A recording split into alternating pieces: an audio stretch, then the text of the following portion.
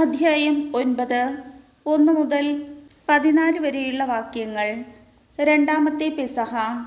Israel ജനം ഈജിപ്തിൽ നിന്ന് പുറപ്പെട്ടതിൻ്റെ 2-ാം വർഷം 1-ാം മാസം സീനായി മരുഭൂമിയിൽ വെച്ച് കർത്താവ് മോശയോട് അരുളിച്ചെയ്തു. ഇസ്രായേൽ ജനം നിശ്ചിത സമയത്ത് തന്നെ പെസഹ ആഘോഷിക്കണം.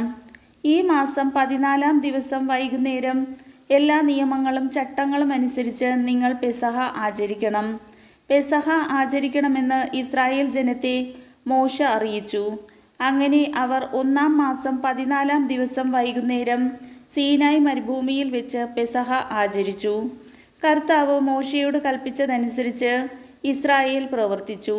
ശവശരീരം സ്പർശിച്ച് അശുദ്ധരായതുകൊണ്ട് ആ ദിവസം പെസഹ ആചരിക്കാൻ കഴിയാത്ത ചിലരുണ്ടായിരുന്നു.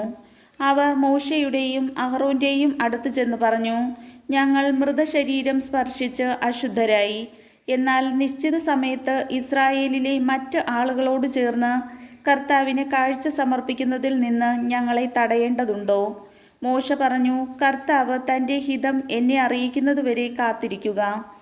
കർത്താവ് മോശയോട് അരുളിച്ചെയ്തു, ഇസ്രായേൽ ജനത്തോട് പറയുക, നിങ്ങളോ നിങ്ങളുടെ മക്കളിൽ ആരെങ്കിലുമോ ശവശരീരം സ്പർശിച്ച് അശുദ്ധരാവുകയോ ദൂരയാത്രയിലായിരിക്കുകയോ ചെയ്താലും അവർ കർത്താവിന് പെസഹ ആചരിക്കണം.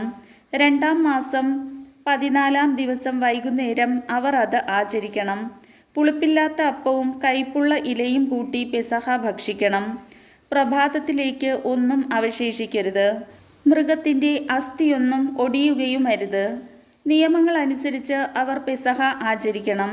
എന്നാൽ ഒരുവൻ അശുദ്ധനല്ല, യാത്രയിലുമല്ല എങ്കിലും പെസഹ ആചരിക്കുന്നതിൽ നിന്ന് ഒഴിഞ്ഞു മാറുന്നെങ്കിൽ അവൻ നിശ്ചിത സമയത്ത് കർത്താവിന് കാഴ്ച നൽകാത്തതുകൊണ്ട് സ്വജനത്തിൽ നിന്ന് വിച്ഛേദിക്കപ്പെടണം.